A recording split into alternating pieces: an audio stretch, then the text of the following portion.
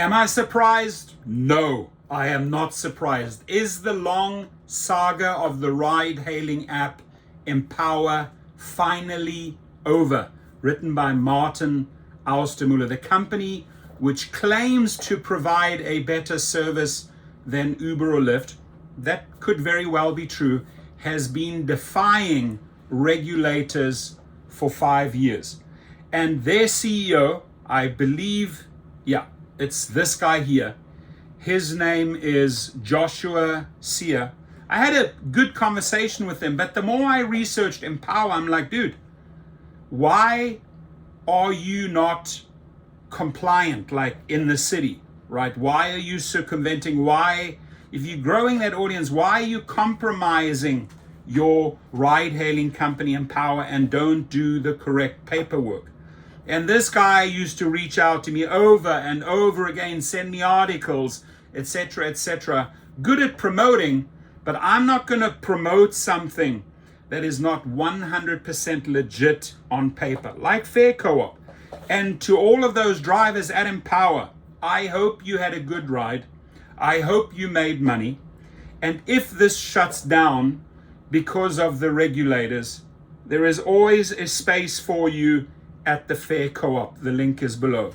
So Empower drivers, riders, and CEO Joshua, standing just to the right of center, gathered outside the White House on Tuesday in protest of regulators' attempts to shut the company down. What is going on here?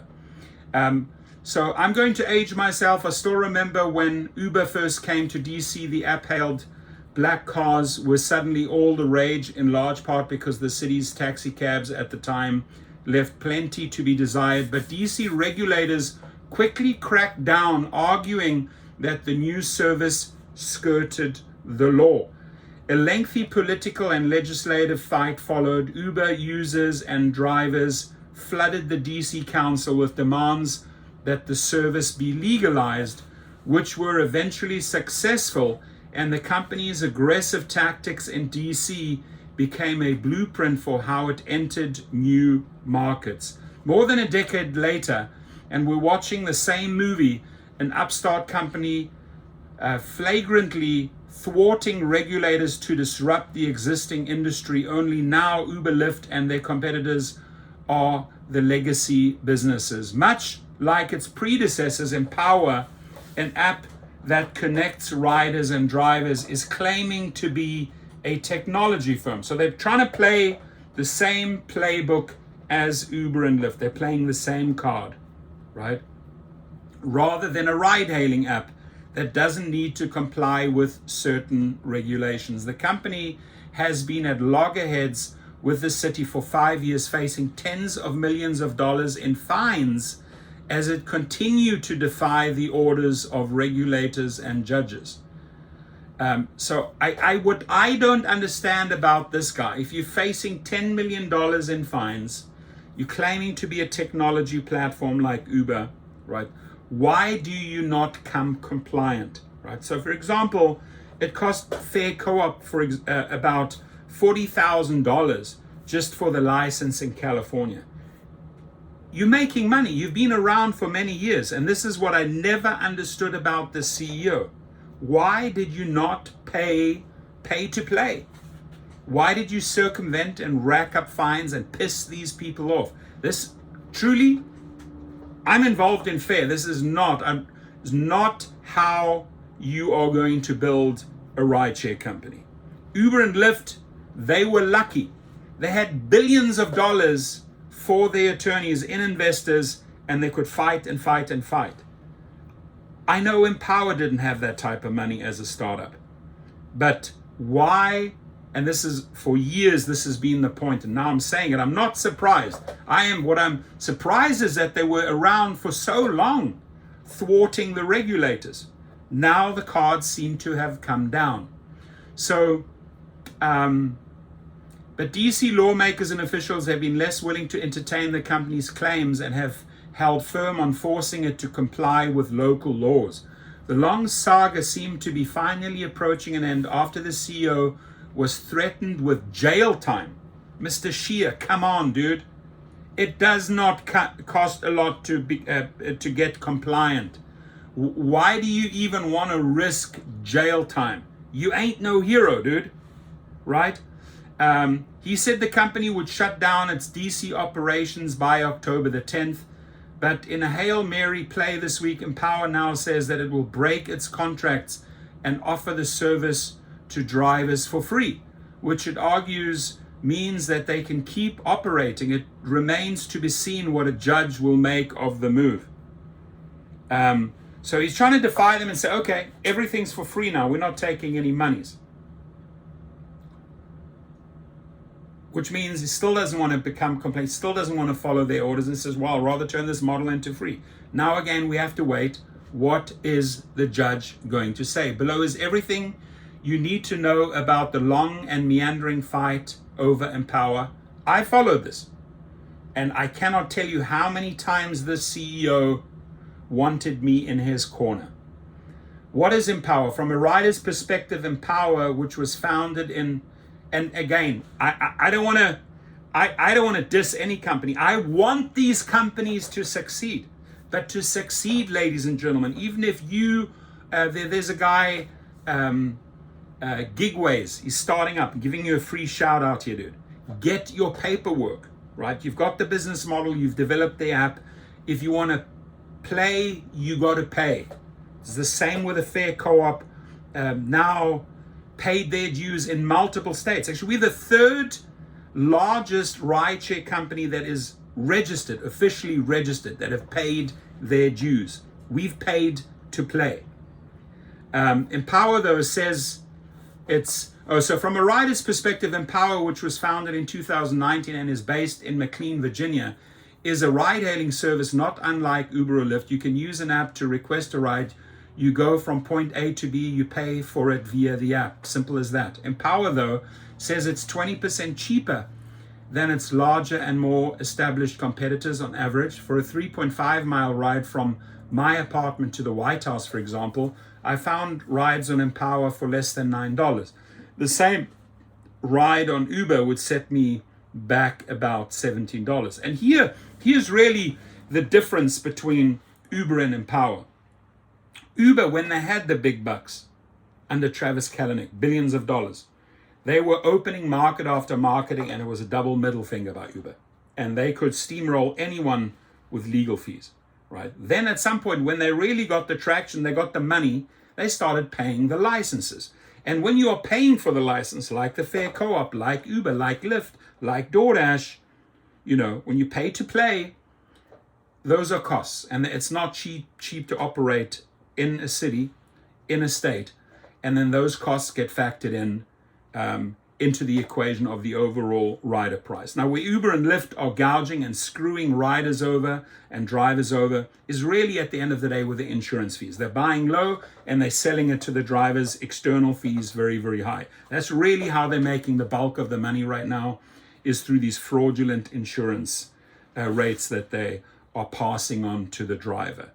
But here, this company, Empower, had the power to go and get the documents, the forms, the licenses, and make the regulators happy. No, kept on going. Same as Travis Kalanick, the CEO of Empower Shear, said, here, we are a technology company. It didn't work out. I didn't see this working out. So Empower says its model is better for drivers, many of them immigrants, because it frees drivers from kicking back a portion of their fares to corporate behemoths, which can also help bring down costs for riders.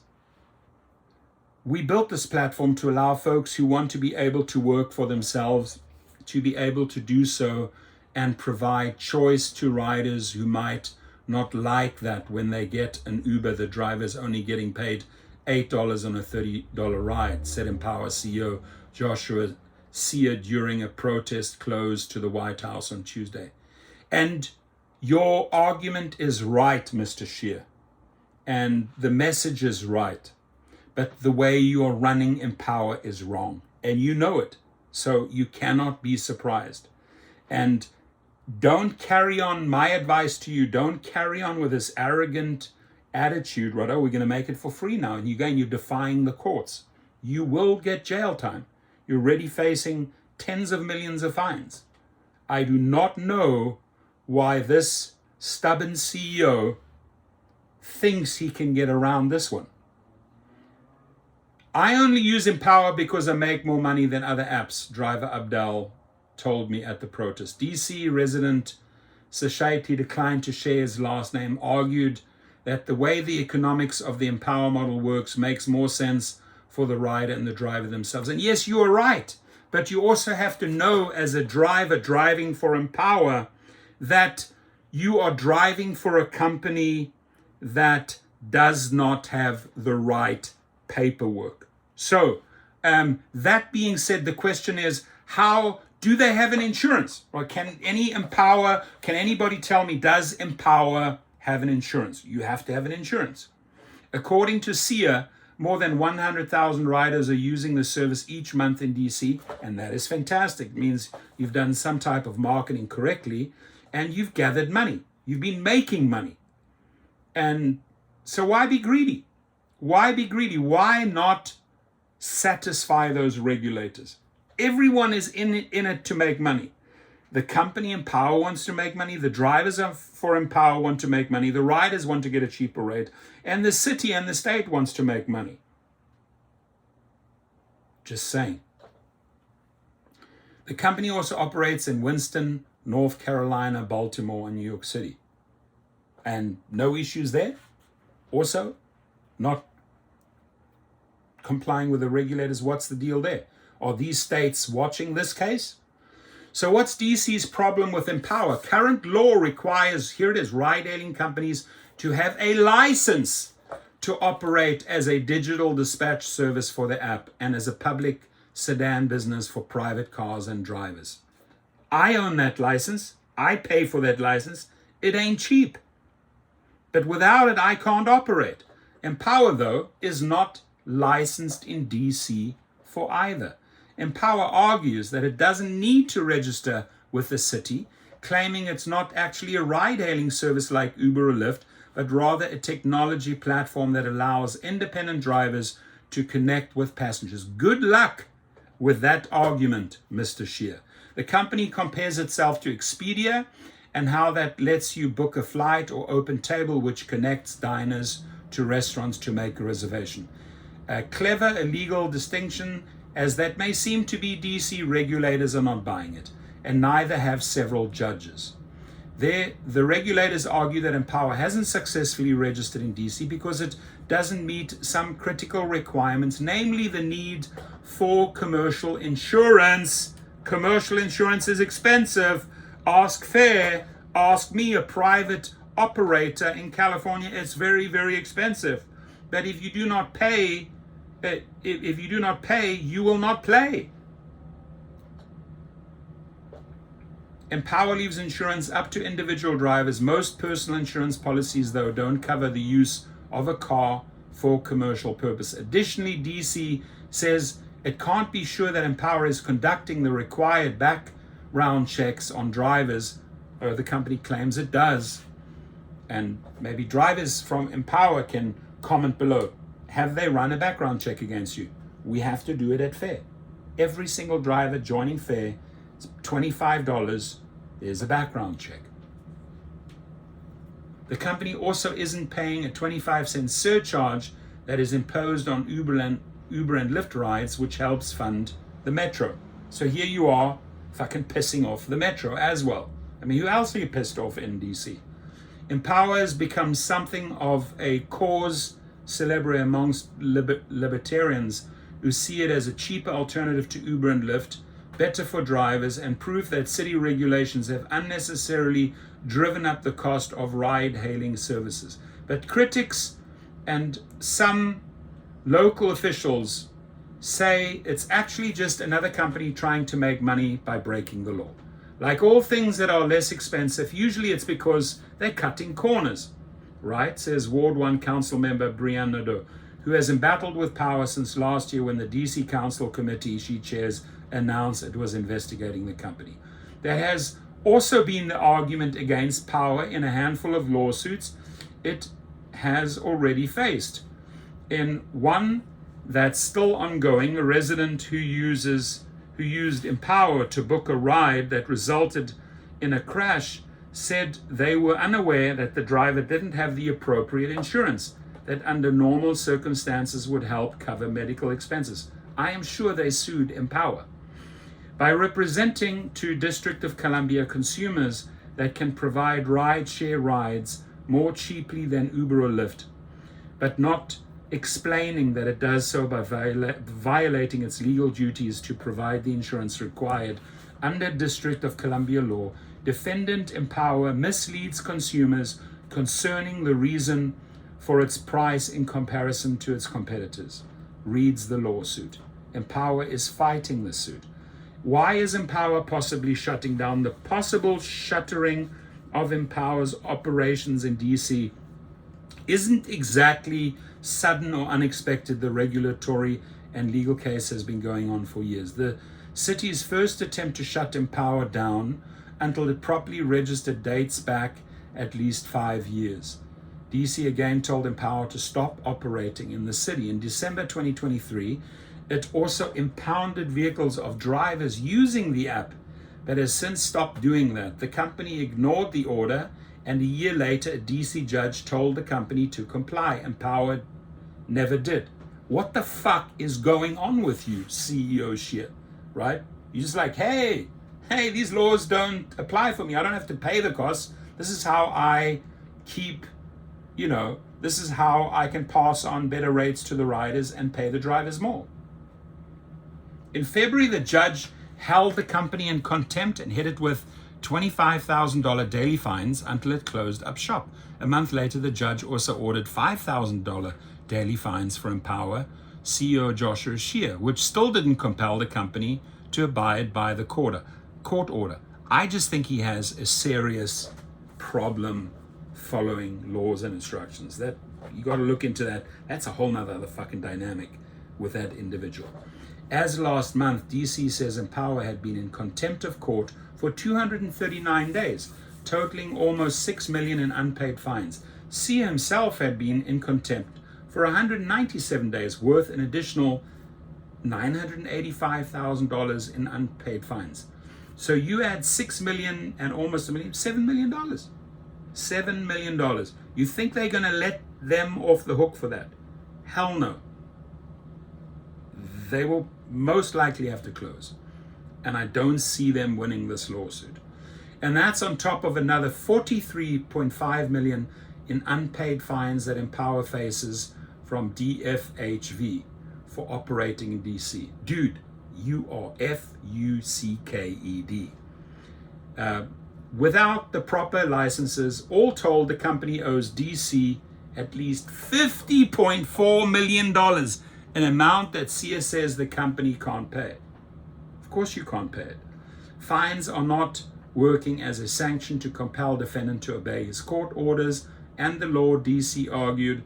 In a recent court filing, Judge Shana Frost Martini agreed and threatened to send Scheer to jail if he didn't finally come to compliance with her order. You don't get to decide what laws you like or what laws you don't like and what laws should apply to you. That caught his attention, and Scheer said he would shut down Empower in DC by October the 10th. Now, Mr. Scheer, you will watch this video at some point. Now you can understand why I never backed you, right? He wanted to come on my show. He wanted to get free airtime. He wanted to get free advertising. He sent me every article. Basically wanted a free ride on the advertising. And I have known from day one, because I research all of these companies, who's compliant, who's not compliant. And this is why now you know from the Rideshare Professor why you were never backed by RP. Period. I'm a businessman, and I'm not going to rack up $50.4 million in fines and face jail threats. Hell no. I have a family, 5 kids, 1 beautiful wife. I wouldn't be that dumb. So here It is important for every empowered driver, even all those drivers that were at the protest backing Mr. Sear. It is important to understand this story. You're putting yourself in danger. You're putting yourself in the legal pathway. Riders will sue you if there's no commercial insurance attached to this. You are screwed if you get into an accident. So I invite you over. Here's your golden opportunity.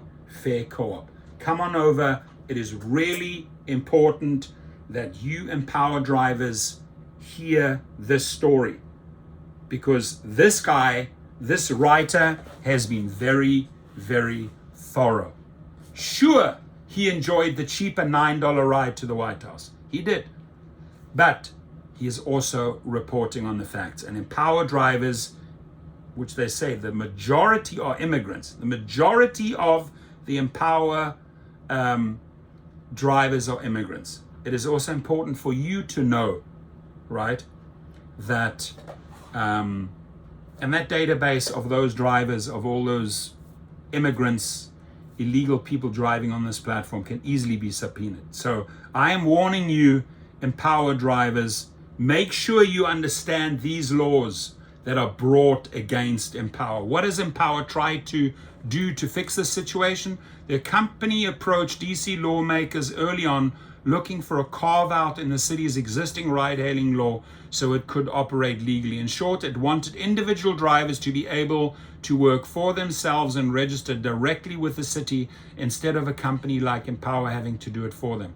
But the pitch fell flat. Instead of participating in the existing law that we have for companies like Uber and Lyft, they were like, we're special and different because we're a tech platform.